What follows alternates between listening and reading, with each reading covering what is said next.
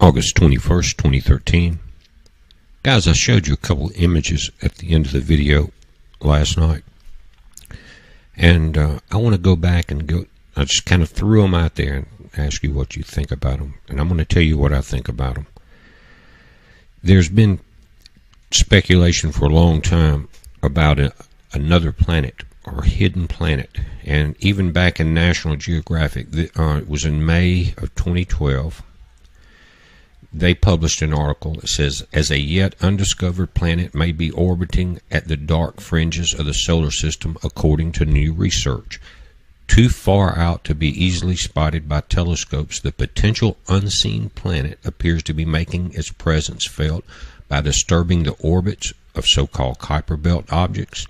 This is by a Rodney Gomes, an astronomer at the National Observatory of Brazil in Rio de Janeiro. It says Kuiper Belt objects are small icy bodies, we know that's wrong, including some dwarf planets.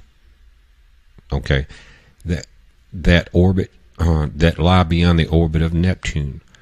Now they say, and they're once considered the ninth planet in our system. The dwarf planet Pluto, for example, is one of the larger Kuiper Belt objects. It's about 14,000 miles wide. Now, what's intriguing, Gomez goes on to say, is that according to this new calculation, about a half dozen Kuiper Belt objects, including the remote body known as Sedna, are in strange orbits compared to where they should be based on existing solar system models. Guys, back in 1860s, they noticed that the orbit of Pluto, even with the primitive telescopes they had then, something disturbed its orbit. It was not where it had been for hundreds of years as it supposedly was on the ancient charts. Anyway, now I showed you two images. Now, before I show you the other one, I want to talk about something. A meteorite will not have an atmospheric magnetopause like that. The reason you see a meteorite is because when it hits our atmosphere, it burns up. Until then, it's almost undetectable. Now, this is a visible,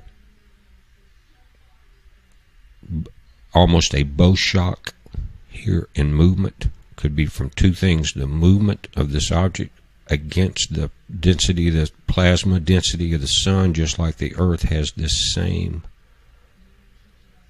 magnetopause around it. But this may be a visible motion shock, bow shock. In other words, in normal conditions in our atmosphere, this is in front of an airplane. You don't see it. This is moving so fast that in the 15 seconds of each frame, before and after it's gone. Now, you could say, well, someone may have taken this Lasco image and photoshopped it. They did not. I went back to the dates, and I'm going to pull this up and let you look at it. And I went year to year on this. Now, this is August 13th of 08. You see that? Now, again, we know it's not photoshopped because I went back, and I'll show you how you can go back and search any date you want to since this Soho Lasco satellite has been up, guys. And these images are what we call Earth facing. In other words, the satellite's looking at the sun from the general direction of the Earth. Now, one of the things that I don't agree with the Discovery Channel article is that these bodies are icy. This one is not even compared to a comet, but that their orbit is outside the Oort cloud. There's been also just speculation from old, not just new, but for a long time, that there's a hidden planet within our solar system.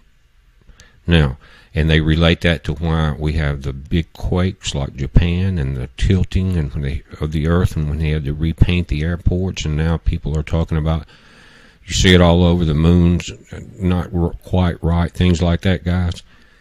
I'm telling you, this is the hidden planet. Now, I've got another image, and the first thing that they're going to throw at you is that if it was in orbit in the inner solar system, it would be continuing the same orbit. It wouldn't come by the camera one way.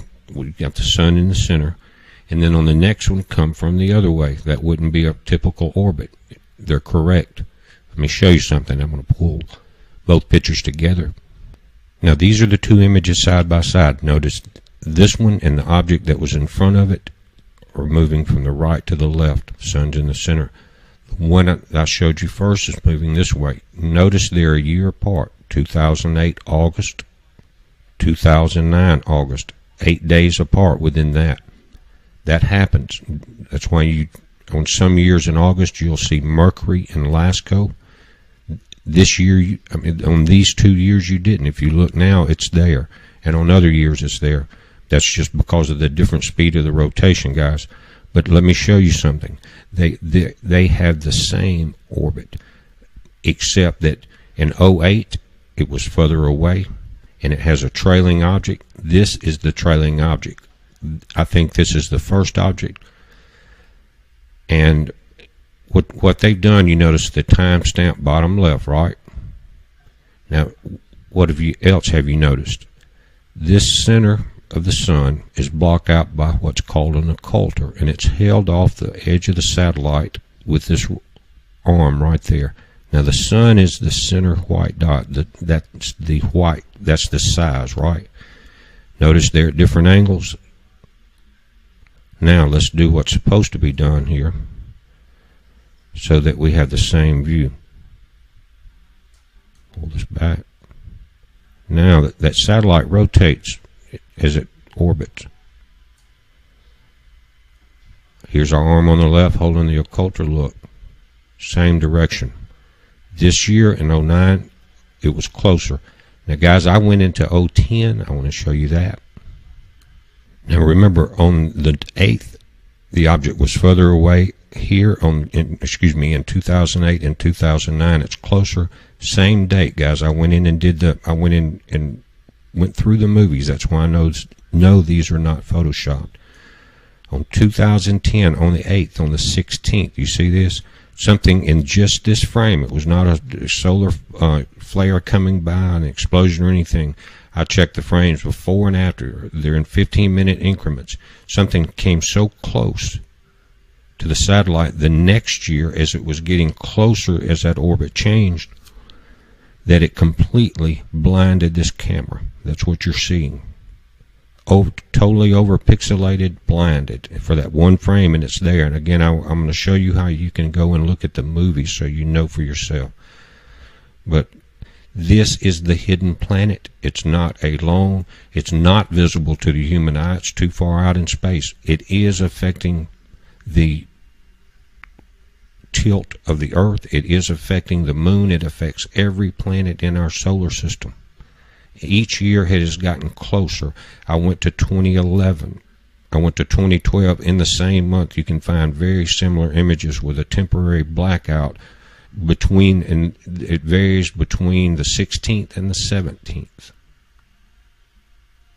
I don't know if this is an intentional blackout to hide that 15 minutes, because in 15 minutes these objects are past this camera. Let me take this back off. But guys, you are looking, and it has been found. Again, they are the same direction. I'm going to pull this up and let's take a close look at this one. But this is the picture they've wanted and they've waited for. It is not an asteroid. They do not have this magnetopause and this burn off. If anything, it's a comet trailing the main object, or a moon. But this is what's rotating inside our solar system each August. And I tell you what I'm going to do in part 2 of this. I'm going to tie it into one of the greatest prophecies of all time. Heads up.